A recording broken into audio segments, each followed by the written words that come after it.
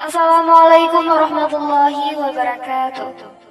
Di dalam hadis Ibnu Abbas radhiyallahu anhuma, Rasulullah Shallallahu alaihi wasallam bersabda, wanita-wanita yang paling utama sebagai penduduk surga adalah Khadijah binti Khuwailid, Fatimah binti Muhammad, Aisyah binti Muzahim istri dari Fir'aun, dan Maryam binti Imran.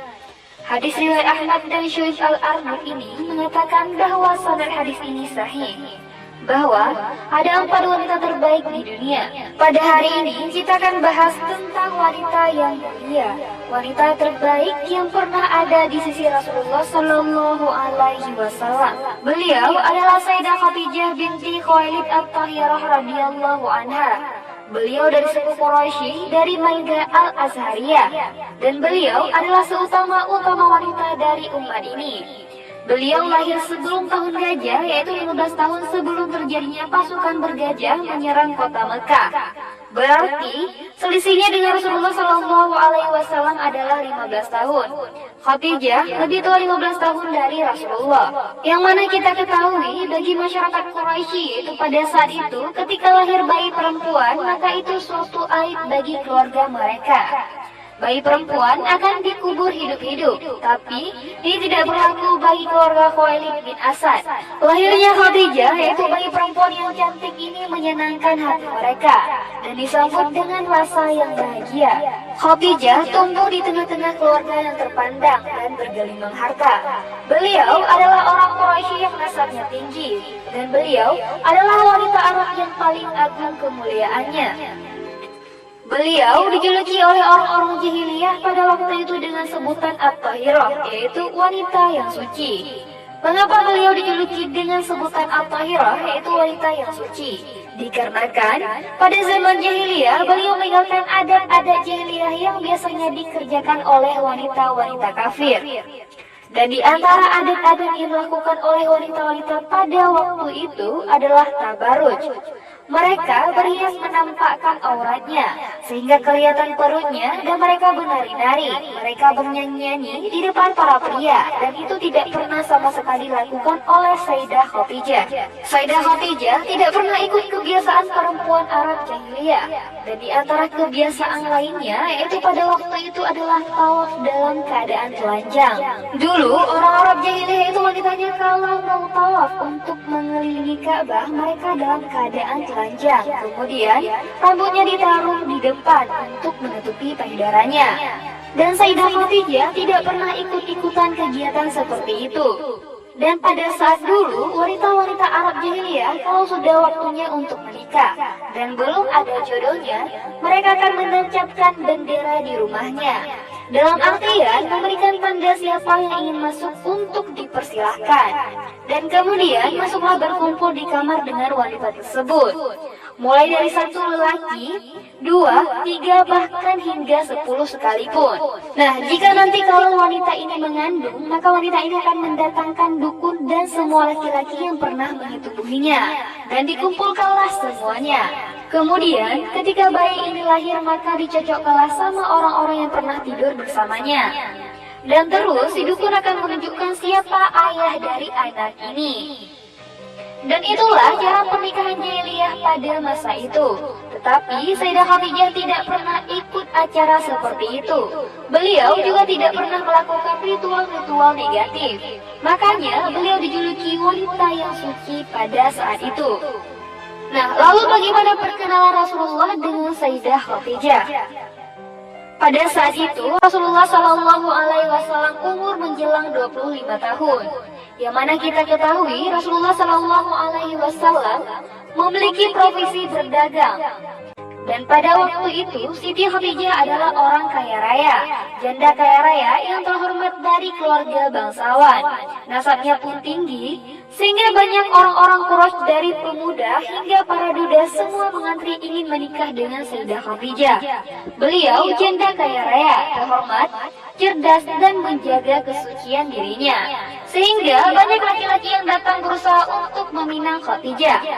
Tetapi Allah Subhanahu wa Ta'ala menjadikan hatinya Sayyidah Khadijah pada waktu itu tidak sama sekali melirik laki-laki yang antrian untuk melamarnya.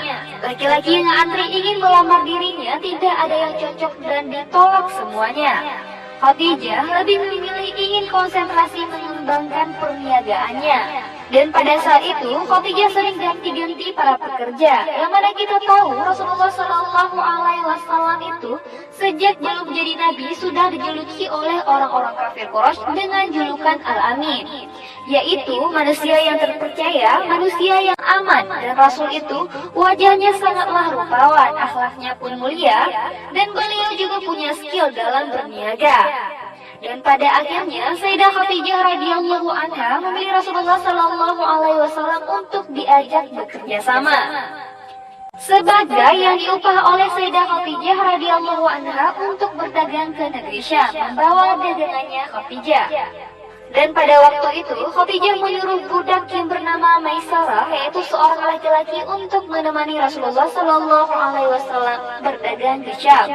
Dan pada akhirnya berangkatlah Rasulullah Shallallahu Alaihi Wasallam dengan Maisarah, seorang laki-laki budaknya Khadijah yang masih kecil.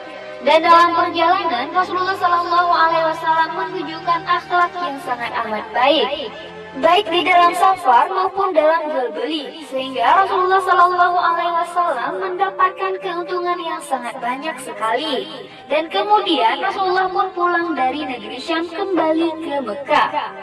Sampai ke negeri Mekah, maka kagetlah Sayyidah Khadijah karena perniagaannya untung besar dan mendapat laba yang besar, yang mana selama ini tidak pernah untung sebesar itu. Maka Khadijah pun bertanyalah kepada Maisarah, "Wahai Maisarah, kenapa bisa seperti ini? Apa yang dilakukan oleh Muhammad?" Maka Maisarah pun menjawab, "Wahai majikanku, tidak pernah ada orang seperti Rasulullah. Dalam safar tidak egois dan akhlaknya pun juga bagus. Dia orang yang sangat jujur." Dan itulah yang disampaikan oleh Maisarah kepada Khadijah. Dari sini akhirnya tertambahlah nama Rasulullah Shallallahu Alaihi Wasallam di hatinya Khadijah. Khadijah pun jatuh cinta kepada Rasulullah Shallallahu Alaihi Wasallam. Khadijah pada saat itu melihat Rasulullah itu selalu berbunga-bunga hatinya. Ya, karena Rasulullah orangnya baik, pintar dagang, orangnya pun sangat luar biasa. Nasabnya juga tinggi. Rasulullah itu manusia yang paling sempurna, karena Rasulullah itu adalah Al-Quran yang berjalan. Semua perilaku Nabi itu Al-Quran. Makanya jatuhlah hati Khadijah kepada Rasulullah Sallallahu Alaihi Wasallam. Nah, tapi bagaimana caranya Khadijah untuk menyampaikan perasaannya kepada Muhammad Sallallahu Alaihi Wasallam?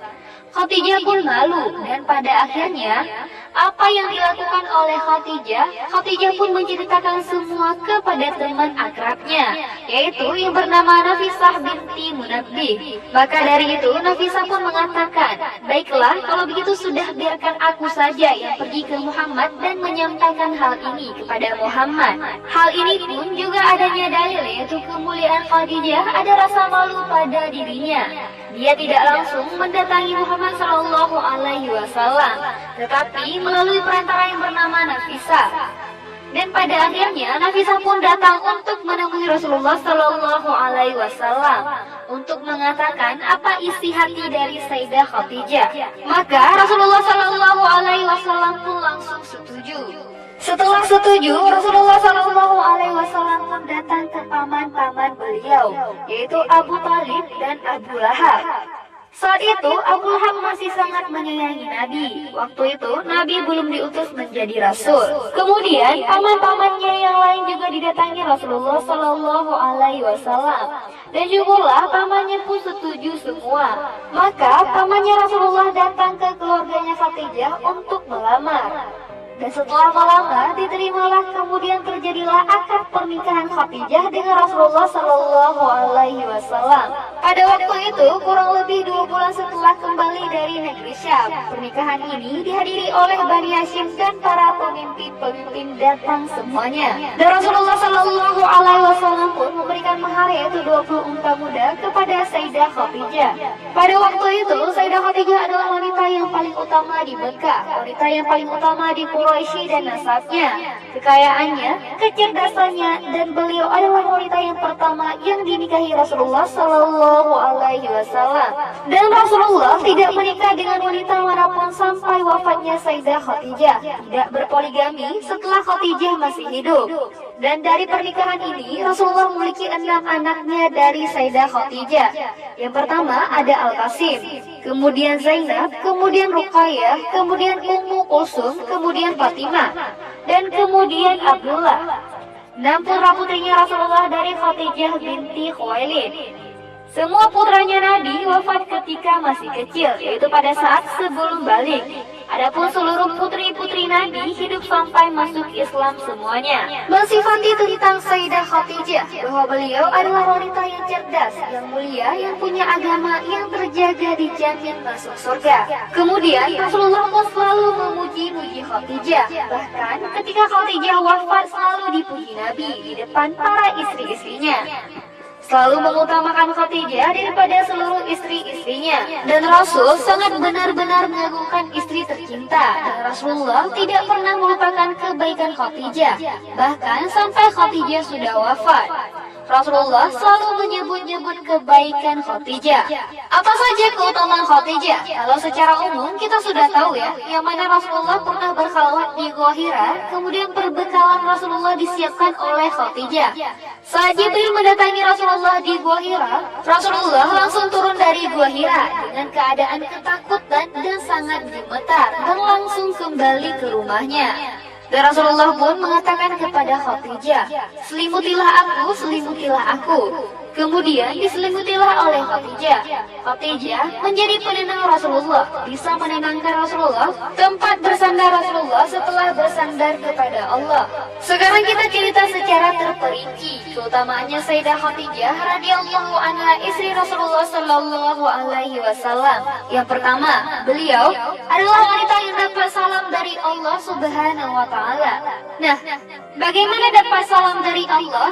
Assalamualaikum, keselamatan bagimu. Dan yang kedua, Khadijah ini wanita yang dapat salam dari malaikat Jibril. Dan yang ketiga, Khadijah ini dijamin masuk surga.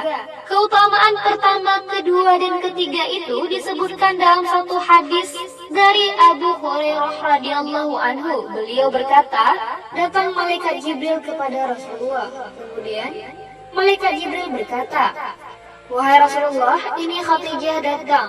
Rasulullah dikasih kabar dari Jibril kalau Khadijah dia membawa wadah berisi lauk pauk ataupun makanan ataupun minuman. Jika Khadijah datang kepadamu, maka sampaikanlah salam dari Tuhannya, Allah Subhanahu Wa Taala, dan sampaikan salam dariku kepadanya. Dan kabarkan kepada Khadijah, wahai Rasulullah, bahwa dia mendapatkan istana di surga dari emas dan perak, yang di sana tidak ada kegaduhan dan keletihan di dalamnya. Perhatikanlah mengapa dikatakan Khadijah mendapatkan istana dari emas dan perak yang tidak ada kegaduhan sama sekali di dalamnya. Dan kenapa ada kata-kata kegaduhan dijelaskan oleh para ulama? Karena Khadijah selama hidupnya menjadi istri Rasulullah, ia tidak pernah membuat gaduh Rasulullah, tidak pernah mengangkat suaranya di hadapan Rasulullah Sallallahu Alaihi Wasallam. Dia selalu berlemah lembut kepada Rasulullah, maka diberikanlah istana yang tidak ada kegaduhan di dalamnya, dan rumah yang tidak ada keletihan, tidak ada kecapean sekalipun. Kenapa? Karena Khadijah sudah letih di dunia untuk mendampingi Rasulullah. Keempat, keutamaan Khadijah adalah wanita terbaik Rasulullah Sallallahu Alaihi Wasallam. Pernah dikatakan, diriwayatkan oleh Abdullah bin Ja'far, aku mendengar Ali bin Abi Thalib radhiyallahu anhu pernah berkata, aku pernah mendengar Rasulullah Sallallahu Alaihi Wasallam bersabda, sebaik-baik wanita adalah Maryam binti Imran, dan sebaik-baik wanitanya juga adalah Khadijah. Itu menunjukkan keutamaan luar biasa yang selalu disebut-sebut sama Nabi wanita terbaik. Keutamaan yang keempat ini setara dengan Maryam, yaitu Maryam binti Imran, ibundanya Nabi Isa alaihi salam. Dikatakan oleh Nabi, Maryam dan Khadijah itu menunjukkan kemuliaan. Kemudian keutamaan yang kelima yaitu Khadijah ini walau sudah wafat, kebaikannya itu selalu dikenang Nabi dan disebut-sebut oleh Nabi di depan para istri-istri Nabi yang masih hidup. Kerabatnya Khadijah pun selalu diperhatikan sama Rasulullah, dan Rasulullah pun mengatakan Khadijah tidak tergantikan oleh wanita manapun. Dan hal ini membuat Aisyah cemburu, yang tidak pernah Aisyah cemburu kepada wanita manapun melebihi pada Khadijah.